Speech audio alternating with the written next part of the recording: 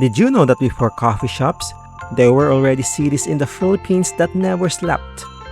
Not because of caffeine, but because of gold and trade. Good day, my dear viewers. I'm Kuya Ems and welcome to Chokat Lapis.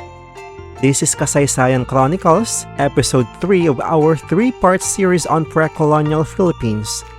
Today, we're exploring the great cities of our archipelago before colonization. Places like Maynila, Tondo, Sugbu, Butuan, and more.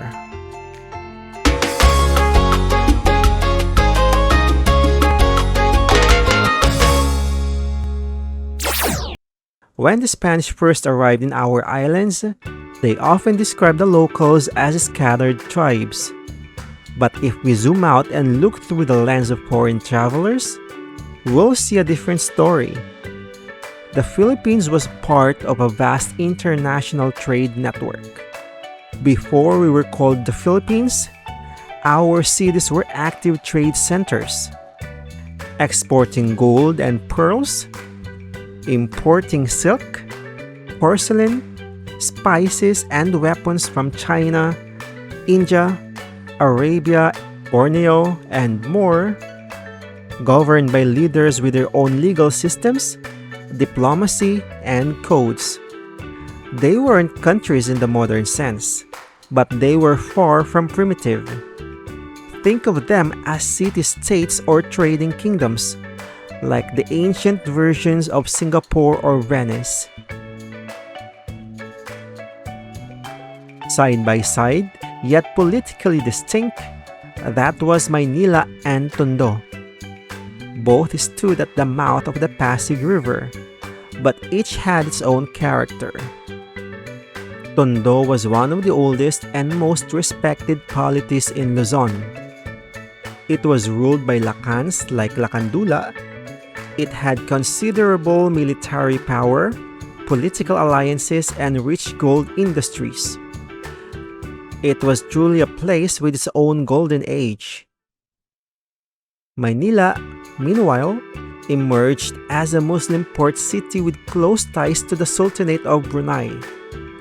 Led by Rajahs like Rajah Sulayman, it controlled trade in the region. Picture this. In the 1500s, Maynila was a fortified urban center with lots of boats and a functioning government. When the Spanish arrived in the 1570s, they didn't build a city. They took one that already existed. Sugbu, now known as Cebu, was a major trading center in the Visayas. One of its well-known rulers was Rajah Humabon, recognized even in Spanish accounts as a powerful leader. As early as the 1300s, Sugbu welcomed international traders. Arabs brought textiles and perfumes.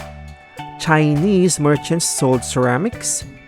Malay sailors exchanged spices, pearls, and technology. It was already a diplomatic hub long before Ferdinand Magellan arrived in 1521. Local leaders had enough authority to form alliances or say no. But the earliest recorded diplomatic contact, that came from Butuan. In the year 1001 AD, the leader of Butuan sent an envoy to the imperial court of the Song dynasty in China. They brought gifts, tribute, and documents recognizing Butuan as a sovereign state. Located in northern Mindanao, Butuan was famed for its gold-working industry. Archaeologists have found exquisite jewelry, ornaments, and intricately designed Balangay boats. This means Butuan has advanced maritime technology and craftsmanship more than 1,000 years ago. Tondo, Maynila, Sugbu, and Butuan were just the beginning. Here are more significant city-states worth knowing. Ibalon, which was in today's Bicol region, was mentioned in epics as agriculturally rich. Madja-as, located in the Panay Island, was said to be a confederation of datus tied to the Maragtas legend. Sulu and Zamboanga were strongholds of Islamic trade and scholarship. Limasawa was a strategic port for food and spice trade. Dear viewers, behind every chapter in Philippine history is this truth.